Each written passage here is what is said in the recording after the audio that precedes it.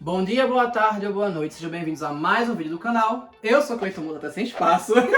Jéssica Dantas. E eu sou Vanessa Rocha. E a gente vai falar sobre animais peculiares do fundo do mar. A gente vai começar com os invertebrados, depois a gente vai gravar os vertebrados. Então vamos lá. Bom, o primeiro animal que a gente vai falar vai ser sobre a lula vampiro. Então o nome científico da lula vampira vai ser vampiro.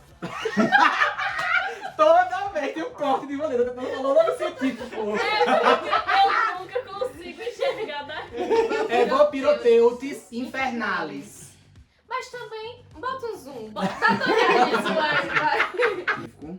Bom, o nome científico da lula vampiro é Vampiroteutis infernalis. É uma criatura abissal que muitos dizem que parece que ela saiu de um filme de terror. É aquilo horrorosa, realmente. Mas a Pob é inofensiva, não faz mal a ninguém. A coitada.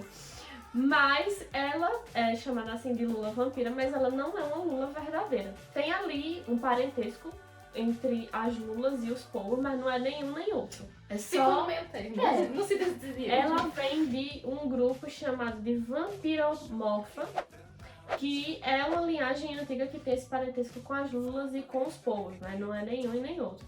Ela vai ter ali um corpo gelatinoso, geralmente de uma cor mais escura, que pode ser vermelho, marrom ou preto. Então é um animal bem... coitado. Bem esquisitinho mesmo. É.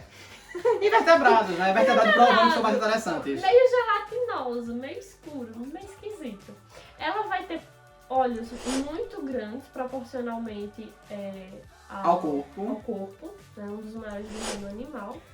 E os braços dela vão ser unidos por uma membrana que parece uma capa. Por isso que vem ali o nome lula vampiro, que ela parece um Sim, vampirinho mesmo. Por causa dessa capinha. Ignorando a feiura, ela é até fofa. Você é doido? Você é pichuruco? Você é pichuruco? Segue. Deixa a foto aqui, deixa o pessoal decidir aí o que é. Elas vão ter receptores chamados de fotóforos, que vão servir para emitir luz. E eles ficam espalhados pelo corpo dela, que são usados para confundir os predadores. Então elas emitem essa luzinha através do corpo para confundir ela e tentar escapar dos predadores. Enfim, é uma forma de defesa delas. Ela vive ali numa profundidade entre 600 e 1.200 metros, então bem fundo, uma criatura realmente abissal. E tá ali numa zona que é chamada de zona mínima de oxigênio, que vai ser realmente uma parte ali bem profunda, que vai ter pouquíssimo oxigênio. Então ela vive num ambiente bem extremo mesmo, porque vai ter pouquíssimo oxigênio para respirar.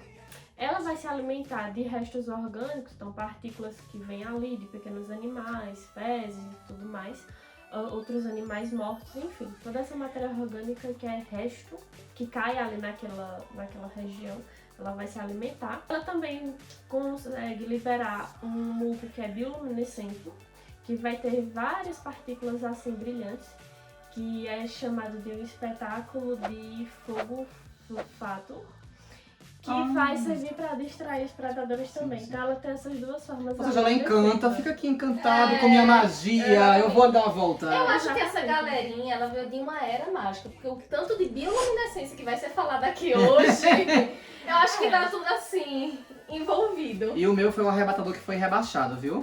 Mas vamos lá. Acho que porque assim, como eles vivem num ambiente que é extremamente escuro, Exato. aí Luz vai eles afugentar. desenvolveram toda essa bioluminescência, né? O celular canto, coitado, ninguém, né? E apesar de todas essas características que foram faladas até agora, ela só tem 30 centímetros. Tá bem pequenininha. Então ela tem aquela aparência feia, coitada, mas é inofensiva e é deste Tu tamaninho. vai ficar em choque com o meu. Então, vamos pro meu agora.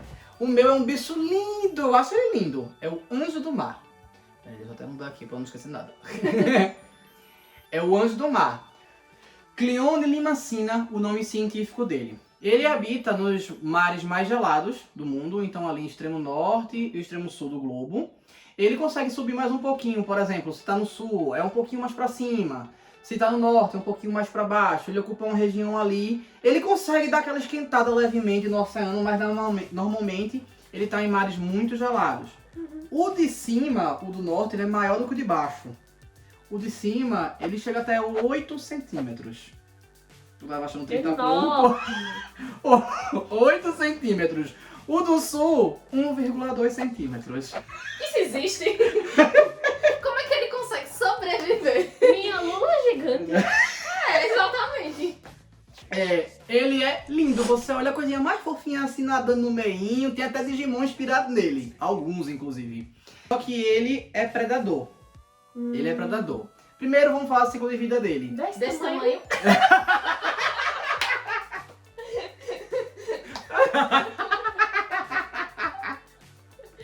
Primeiro o ciclo de vida dele. Entre a primavera e o início do verão, ele gera um filhote, mas apenas um ovo de 0,12 milímetros. 0,12 milímetros. É um nada. Pode. Mas eles ficam revezando entre macho e fêmea pra poder chocar. Macho e fêmea entre aspas porque eles são hermafroditas. Mas eles ficam revezando entre pai e mãe, vamos dizer assim, pra poder chocar aquele ovo. E ele faz uma metamorfose incompleta, que é daquela tem o estado larval, não tem o casulo, né? Só vai pra próxima etapa. E aí ele cresce. O peculiar dele... primeiro, ele foi registrado em 1676 por um pesquisador, agora o nome é Frederick Martens. Era o segundo nome dele que eu não tava lembrando. Ele foi registrado nisso. O mais peculiar que eu achei dele é a alimentação. Porque a alimentação dele, ele tem uma boca com 3 cones. E nessa boca com 3 cones, ele agarra a borboleta do mar. A borboleta do mar é um caramujo, tá? Ele pega e agarra, segura, assim, ele segura lá bonitinho. E ele vai girando aos poucos a borboleta até que a cavidade da boca dele fique pareada com a entrada do caramujo. O caramujo é todo de medo, né? De medo, dentro, né? De reflexo. E aí ele vai e projeta uns ganchos pra dentro do caramujo. E arranca o caramujo por dentro. O que está acontecendo? O que é isso? Nossa. E já vai direto no sistema digestivo dele. Caramba. Eu até peguei uma imagem, eu vou pedir pra tu colocar a imagem. Ele faz isso. Só que existe um problema. Essa alimentação, ela pode demorar 2 minutos. Ou ela pode demorar 45 minutos pra ser efetuada. Por quê? Porque ele fica girando com as 3 partezinhas da boca dele, o caramujo. Mas também pra a poder velocidade projetar. -2, né?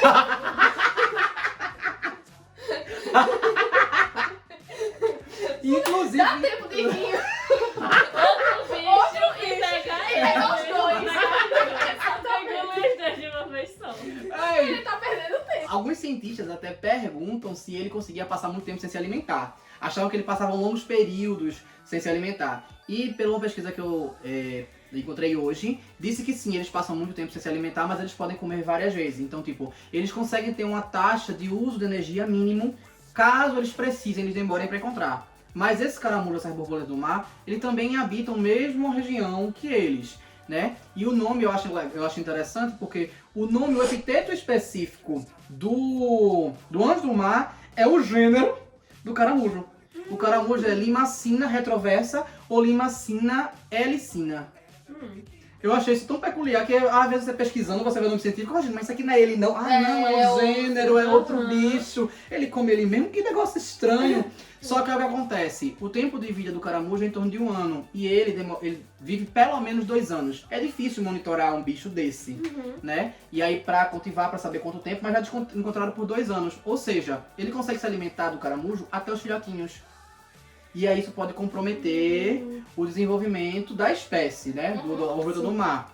E aí existe um estudo que se perguntando, mas será que no tempo ele vai mudar a alimentação, como é que vai ser? Essa alimentação dele não é a única, é a preferida. É a que normalmente ele vai atrás. Mas ele come outras coisas também, caso precise. E aí fica o questionamento, ele vai extinguir essa espécie vai se adaptar, como é que vai ser? Porque se ele penetra com um gancho dentro do caramujo, não tem caramujo que fuja. Ele querendo comer, ele consegue. Porque ele vai... Ele pode levar um tempo aí Depois que achou o buraco. Depois que achou o buraco, enfiou ali o gancho, não tem mais o que fazer não. Vai fazer o quê? Sua vez agora, meu anjo, vá. Então agora eu vou falar um pouco sobre as águas vivas, que são lindíssimas, maravilhosas. Dá vontade de ter como item decorativo da sua casa. Ela tá com uma dessa desde a beluga. Mas enfim, elas são muito lindas e uma das características principais assim das águas vivas são a sua coloração e a bioluminescência, que é uma característica também que algumas espécies podem ter, mas não são todas. E aí, acerca da bioluminescência, é muito interessante, porque essa bioluminescência ela vai acontecer mediante as reações químicas de duas estruturas principais, a luciferina e a luciferase. E aí, essas cores que são formadas... Que é basicamente a proteína e a enzima. Exatamente. E aí, essas reações químicas, elas vão dar diferentes cores para cada tipo de água-viva. Então, as espécies, elas podem variar a sua coloração. Então, tem algumas espécies que vão liberar uma coloração mais verde, outras vai ser uma coloração mais azul. Tudo vai depender do nível da reação química e também das características específicas. E tem umas espécies que são belíssimas. Exatamente. E, inclusive, tem espécies que não têm esse tipo de reação ou que, tipo, a reação não resulta nessa amostra de cor. E aí, uma das coisas que é interessante também é que essa coloração esverdeada, as reações químicas vêm sendo analisadas para combate de algumas doenças causadas por vírus ou bactérias. E aí eu fiquei tipo... É legal, caramba, é que legal. massa. Às vezes a resposta tá no mar também, né? Exatamente. As florestas, os mares, a gente tem que preservar pra poder Exatamente. chegar ao nível de descobrir as coisas. Exatamente. E, Fazer tipo, feito as orcas. E é muito bacana, porque acho que de uns 5, 6 anos pra cá, tem muita pesquisa envolvendo algas marinhas, por exemplo, como tratamento para o câncer. E aí é muito bacana que essa nova possibilidade de exploração vem sendo trazida à tona, porque vem todas aquelas questões de... A minha informação do outro vídeo, vai. Vem todo aquele aspecto de nutrição, de alimentação, de por que certas doenças são mais comuns e são melhores tratadas em alguns lugares do que em outros, enfim. Eu acho isso fantástico. Eu tenho uma informação específica que é em relação ao dano que ela pode causar aos seres humanos ou a outros animais também. Muitas dessas águas vivas, elas possuem o potencial de gerar queimaduras, de gerar danos ali quando elas têm contato com qualquer outra matéria orgânica no geral. Isso vai acontecer por conta das células que ela tem. Elas têm quinidários e dentro desses quinidários a gente tem uma organela específica chamada de nematocistos. E aí esse nematocistos, ele possui uma estrutura chamada cólin, e é justamente esse tipo de organela que vai ser ativada quando ela entra em contato com outra matéria orgânica. E aí essa ativação desse tipo de organela vai fazer com que penetre a pele, no caso do ser humano, por exemplo, e venha ali causar todo aquele desconforto, parecendo que você está morrendo, literalmente, por conta dessa ativação que é extremamente tóxica pra gente. Então, assim... fujam das águas vivas, quando puder. Não tenho elas em casa. Não tenho elas em casa. Fofinhas, como de bonitinhas, decoração. coitadas. Inclusive, uma das fontes que eu pesquisei falava que elas poderiam sobreviver a qualquer tipo de extinção. Meu Deus! Jesus! Qualquer tipo de extinção, porque elas, além delas serem muito prejudiciais, de saber se defender bem, elas não têm muito problema pra se adaptar a diferentes E mudanças. assim, aquáticas. quando os quinidários, eles são eternos, né? Na verdade, eles são eternos, porque eles viram pólipo, quinidário, pólipo e fica nessa. É. Nesse Quer dizer, ciclo. Quinidário no medusa, né? Medusa, pólipo, sim, pólipo. Enfim, eu espero que tenham gostado. Então curtam, comentem, compartilhem, se inscrevam no canal. E se não sabem comentar, vamos, minha gente. Luminescência. Pronto. E é isso, valeu!